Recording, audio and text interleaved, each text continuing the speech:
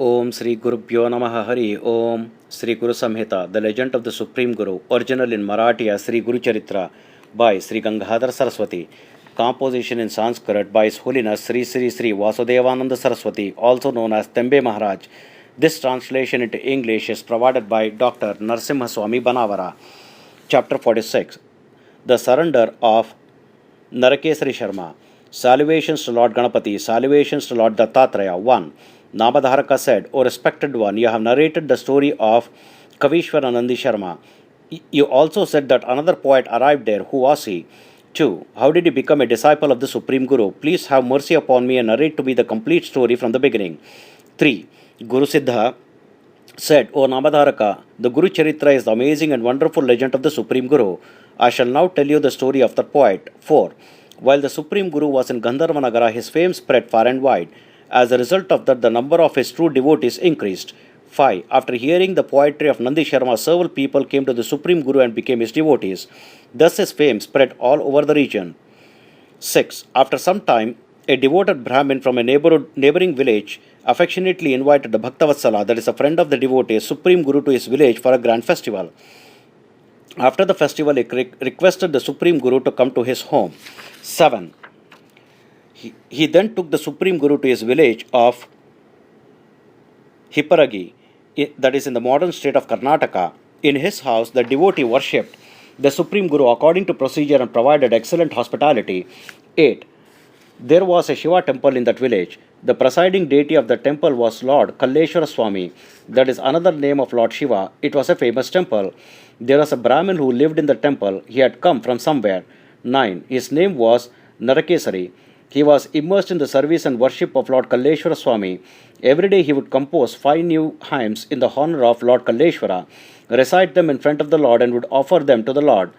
10. He would never praise any other gods except Lord Kalleshwara. He worshipped Lord Kalleshwara with a steadfast mind.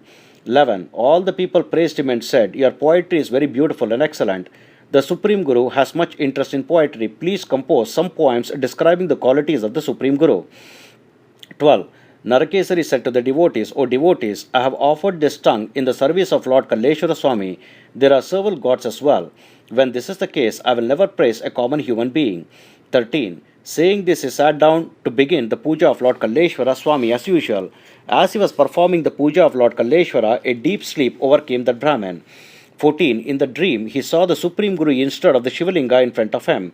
He saw that he was worshipping the Supreme Guru in the place of the Shivalinga. 15. He could not see the Shivalinga at all, but he saw himself happily worshipping the Supreme Guru. Then the Supreme Guru asked him, O Brahmin, why are you worshipping this common human being who is unfit for poetry? 16. In spite of it, he happily continued to worship the Supreme Guru with all the 16 forms of worship in his dream. Suddenly, Narakesari awoke. 17. He was astounded. He thought in his mind, Sri Narasimhaswamy is no ordinary man. He is an incarnation of Lord Shiva. Today, I have offered worship to him.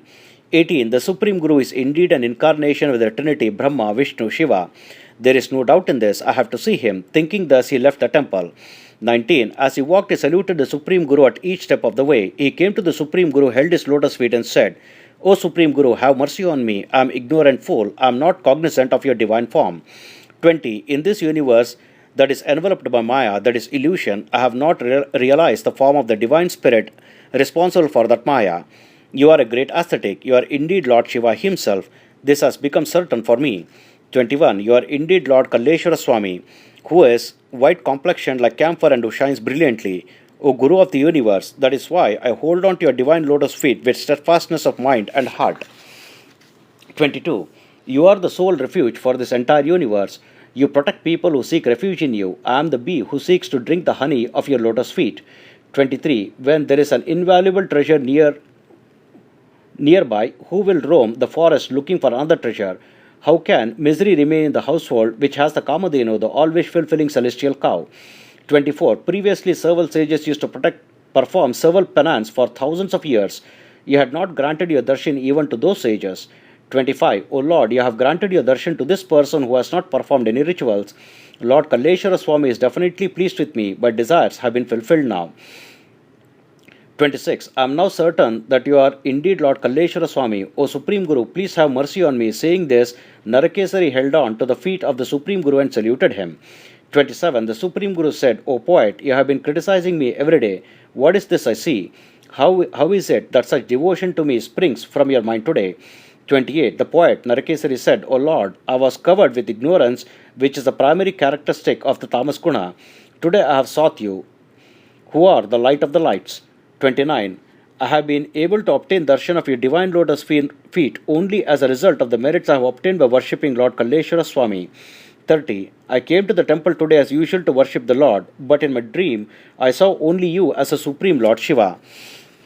31. I saw your divine feet even in my dreams as a result of the merits that have occurred. Now I have seen you in person. Please allow me to join your groups of disciples. 32. Thus the poet Narakesari praised the Supreme Guru in several ways. He composed heartfelt poems in the praise of the Supreme Guru. He then performed all 16 forms of worship for the Supreme Guru in his heart in the form of poetry. 33. He performed mental worship to the Supreme Guru comprised of divine hymns replete with ornamental, heartfelt and profound word plays. The Supreme Guru said, This poet worshipped me as in his dream. 34. I appear to the people as a dream even though I am right in front of them. Now the poet devotedly worshipped me in person with several hymns in his dream state. 35. Then the Supreme Guru summoned Narakesari and granted him several boons. Narakesari saluted the feet of the Supreme Guru and said, I want to be your disciple forever. 36. Then the Supreme Guru said, Lord Kalleshwara Swami is indeed great. I wholeheartedly agree with you on this point. You worship the Lord every day with profound devotion. Know that I am always right there. 37. Then the poet said, O Lord, why should I worship the Shivalinga, abandoning you who are right in front of my eyes and are so difficult to obtain? I saw you in the Shivalinga. 38. You are Lord Kalleshwara Swami. You are the Trinity, Brahma, Vishnu, Shiva. You have incarnated on this earth for sport. Therefore, I have decided that I shall never leave you even for a moment. 39. Saying this, he followed the Supreme Guru back to Gandharvanagara. There he composed several poems in the praise and honor of the Supreme Guru. 40. Guru Siddha said, O Namadharaka, thus two great poets remained with the Supreme Guru. Both these poets served and worshipped the Supreme Guru. 41. Saraswati, the son of Gangadhara, says, If the Supreme Guru is pleased with anyone, then he will attain fulfillment of all his desires and wishes. It is as if the Kalpavriksha, the all-wish fulfilling celestial tree, is at his home always. 42. Saraswati, the son of Gangadhara, has given us, in the form of this divine legend, a great boat to cross the difficult ocean of life. This boat provides everyone's safety both in this world and in the next.